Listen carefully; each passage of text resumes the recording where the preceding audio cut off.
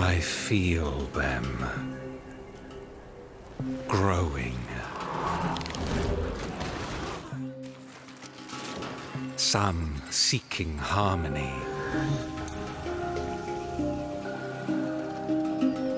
while others secure the land to shelter their kin.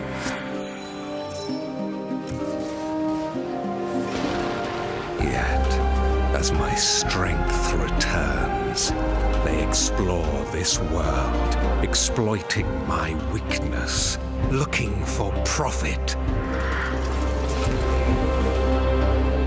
Stealing my resources for their own benefit. Raising greater armies for greater chaos. Seeking greater tools for greater control.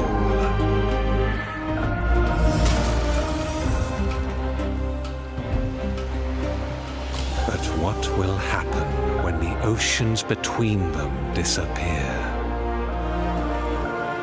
Will they cooperate and restore balance?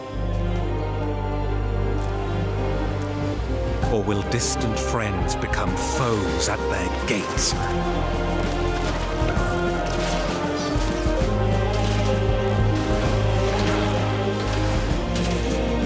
Bringing destruction upon this world.